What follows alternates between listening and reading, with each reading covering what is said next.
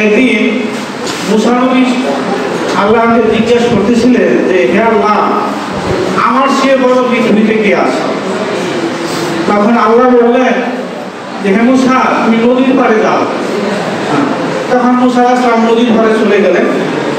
যাইয়া উনি দেখতেছেন যে নদীর ভিতরে দুইটা বাতি, চলন্ত বাতি চলতেছে আর জিকির করতেছে। প্রথম বাতি বলতেছে লা ইলাহা ইল্লাল্লাহ, আর পিছের বাতি বলতেছে মুহাম্মাদুর রাসূলুল্লাহ সাল্লাল্লাহু আলাইহি ওয়াসাল্লাম। মুসলমানরা দেখে আশ্চর্য হয়ে গেল, দেখি চলন্ত বাতি কথা বলতেছে।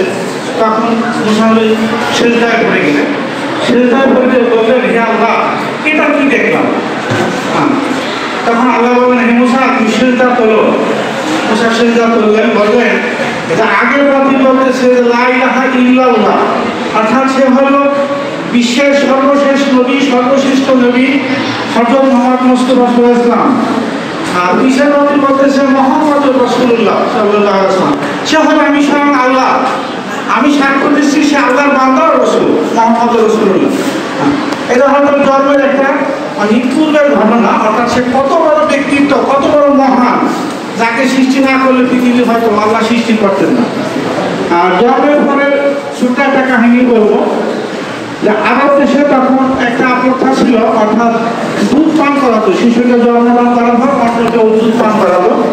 তখন ওই মা হালিমা, সেই অনেক দূর থেকে তারা একটা দল আসতেছিল। মা হালিমা ছিল একটু চিকন চাকন, যারা ভিন্ন, অর্থাৎ দুর্বল শরীর, এবং তার এক পুত্রী ছিল, সেটাও ছিল পুত্রী ক্ষীণ এবং দুর্বল। তখন তারা যখন রওনা দেশে সমস্ত লোকগুলো আগে চলে আসে, কিন্তু মা হালিমার লোকটা হলো দুর্বল, সে তো পিছিয়ে পড়ে গেছে। তা আসার পরে মক্কা যখন আসছে, তখন সমস্ত লোকগুলো, অর্থাৎ তারা যারা আসছে তখন সবাই শিশু নিয়ে চলে গেছে, 12 বছর শিশু নিয়ে চলে গেছে, কিন্তু মা হালিমা সবাই শেষে আসছে মক্কা লোকে। তখন সে এসে দেখতে চান তো শিশু না, আমি কি করবো, কাকে নিয়ে যাবো, এত দূর থেকে আসছি। তখন সে এই মা আমেনার সন্তান হযরত মুহাম্মদ মুস্তাফা সাল্লাল্লাহু আলাইহি ওয়াসাল্লাম সেখানে হাজির হওয়ার পর মা আমেনা তার কোলে তাকে তুলে দিল। তাকে তুলে দেওয়ার সাথে সাথে, আমি খুব সংক্ষেপে বলতেছি, অর্থাৎ মা হালিমা তার সন্তানকে মা আমেনা তার সন্তানকে মা হালিমার কোলে তুলে দেওয়ার সাথে সাথে মা হালিমা নিশ্চিত হয়ে গেলেন। কেউ তারপর আল্লাহ দিন লেখে না।